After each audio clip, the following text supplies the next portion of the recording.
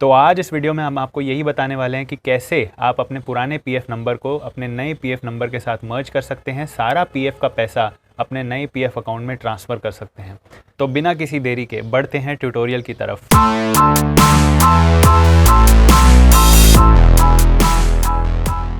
आइए यहाँ पर लॉगिन करते हैं अपने मेंबर आईडी से और देख पा रहे हैं कि यहाँ पर एक कोई पर्टिकुलर यूएन है जो हमने छुपा रखा है पूरा, लेकिन यहाँ पर आपका यूएन नंबर आपको दिखेगा। यूएन नंबर से लिंक्ड जितने भी पीएफ नंबर है वो यहाँ पर नजर आएंगे। तो आप यहाँ पर देख पा रहे हैं कि 2 पीएफ नंबर यहाँ पर इस व्यक्ति के हैं और यूएन नंबर सिंगल है। इसका मतलब इसका पैसा लेटेस्ट पीएफ में ट्रांसफर करना होगा। का लेटेस्ट है वो सबसे ऊपर दिखेगा, उसके नीचे जितने भी पुराने आपके दिखेंगे। आइए देखते हैं। यहाँ पर आप पासबुक पर क्लिक करें और यहाँ पर देख पाएंगे कि ये पासबुक में जो भी अमाउंट है वो पूरा के पूरा यहाँ पर मेंशन्ड है। पासबुक का अमाउंट पुराना आप पासबुक यहाँ से देख सकते हैं और लेटेस्ट पासबुक आप यहाँ से देख सकते हैं। तो सबसे बढ़िया प्रैक्टिस रहती है कि आप अपनी पहले दोनों ही पासबुक या जितनी भी पासबुक है वो एक बार डाउनलोड कर लें, ताकि बाद में अमाउंट को मैच करने में आपको कोई दिक्कत नहीं आए। इसलिए मैंने ये दोनों पासबुक सबसे पहले डाउनलोड कर ली है। अब मैं आगे का प्रोसेस आपको समझाता हूँ। अब हमें पता है कि हमारे 2 पीएफ नंबर ये और ये हैं, और अब हम लोग को मेंबर पोर्टल पर जाना है। इस पर अपने यूएन और पासवर्ड के साथ साइन इन करिए। साइन इन करने के बाद सबसे पहले आपको सर्विस हिस्ट्री में जाकर देखना है। व्यू में जाकर आप सर्विस हिस्ट्री में जाएंगे तो आपको पता चलेगा कि आपकी प्रीवियस कंपनी और प्रेजेंट कंपनी में क्या क्या स्टेटस है।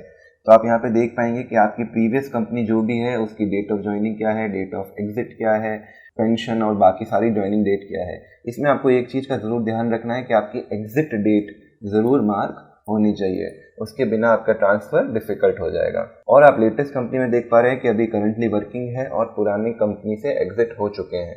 तो इस नई कंपनी में हमको पुरानी कंपनी का पैसा ट्रांसफ़र करना है। एक और चीज़ दोस्तों, जब भी आप ट्रांसफ़र करेंगे तो आपका पेंशन का पैसा ट्रांसफ़र होकर पासबुक में नहीं दिखता है, वो यहाँ सर्विस हिस्ट्री में ही अपडेट रहता है। तो उसके लिए आपको चिंता की जरूरत नहीं है। यदि आपका पीएफ का पैसा ट्रांसफ़र हो गया है तो निश्चिंत रहें, पेंशन का पैसा भी आपका आ ही गया है। अब हमको जाना है ट्रांसफ़र करने के लिए ऑनलाइन सर्विसेज में 1 member 1 EPF account transfer request. इस लिंक पर जाएंगे।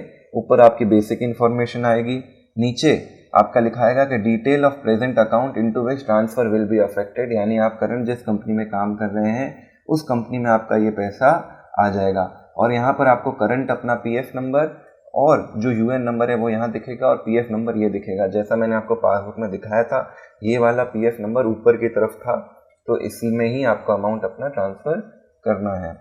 अब यहाँ पर नीचे देखेंगे select the details of previous account which are to be transferred. अगर आपके एक या दो उससे अधिक भी अकाउंट है तो सारे के सारे यहाँ पे दिख जाएंगे। आपको सबसे पहले यहाँ पर गेट डिटेल्स पर क्लिक करना है। इसके लिए आपको एक एम्प्लॉयर चुनना होगा जिससे आप वो डिटेल वो ट्रांसफ़र अप्रूव करवाना चाहते हैं। यदि आपका प्रेजेंट एम्प्लॉयर आपसे टच में है, उसके डिजिटल सिग्नेचर इत्यादि है, तो आप उस पर टिक कर सकते हैं।